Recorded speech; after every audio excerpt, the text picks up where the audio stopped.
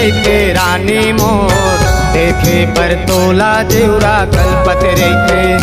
नैना तरसत रही थे राजा मोर, देखे पर तोला देवरा कलपत रही थे। कपड़ा पे रानी मायाला बरसाए, मोर दोनों नैना के सपना ला सजाए।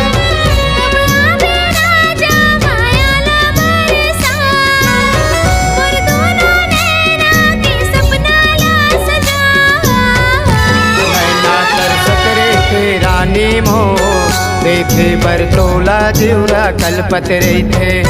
नैना तरसत रही थे राजा मोर, देखे बर तोला देवरा कलपत रही थे।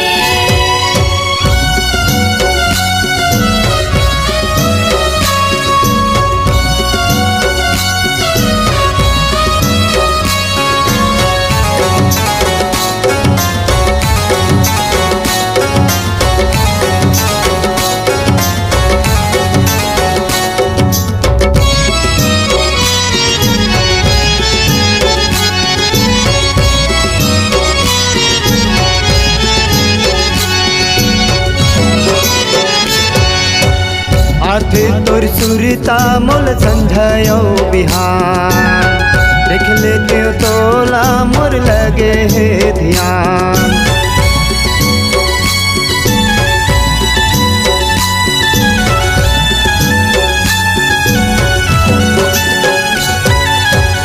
हो गए हो तोर दीवाना कैसे मैं भुलाऊं, आ जाओ मोर दीवानी तोला गोहराऊं।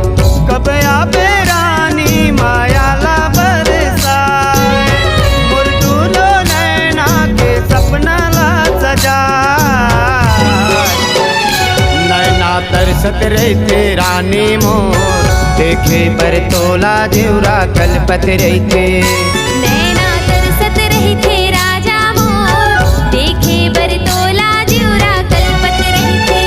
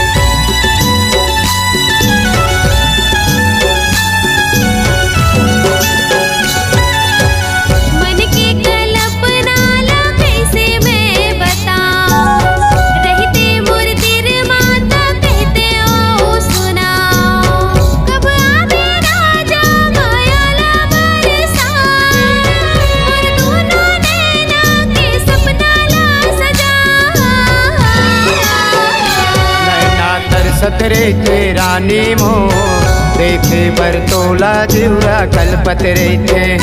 नैना तरसत रही थे राजा मोर, देखे बर तोला देवरा कलपत रही थे। कब आवे रानी मायाला बरसाए, मोर दोनों नैना के सपना ला सजाए। कब आवे राजा मायाला बरसाए, मोर दोनों नैना के सपना ला सजाए।